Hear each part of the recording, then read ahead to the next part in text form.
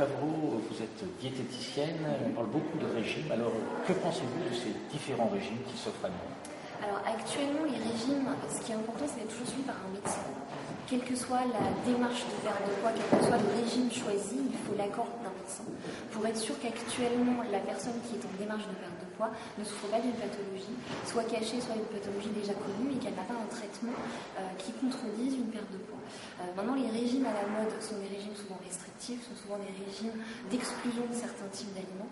Et à mon sens, aujourd'hui, on n'a pas suffisamment de recul pour savoir si ces régimes à exclusion de certains groupes d'aliments sont bénéfiques sur le long terme. Alors, est-ce que c'est dur de perdre du poids?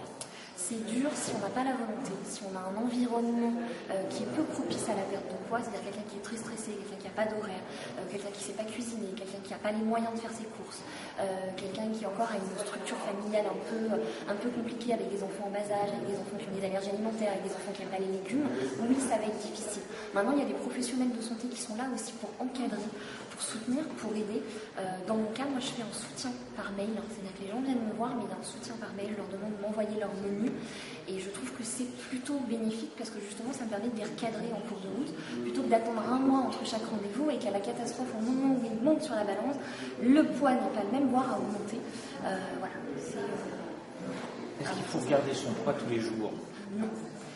L'intérêt de la balance, c'est moins on la voit, mieux on se porte.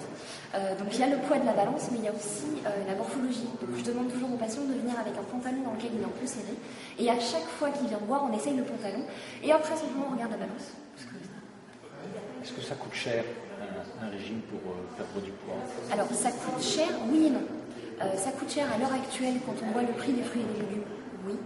Maintenant, ça coûte aussi cher d'avoir des plats tout préparés, d'aller très souvent au restaurant ou prendre des plats tout emportés, chinois, kebab, fast-food, etc. Au bout d'un moment, ça peut coûter cher aussi.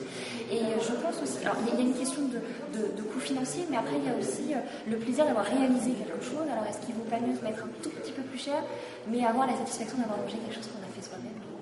Ça n'a peut-être pas de prix, ça. Dernière question, on peut maigrir en se faisant plaisir? C'est justement la clé de la réussite. Si on continue à se faire plaisir, forcément on perdra du poids.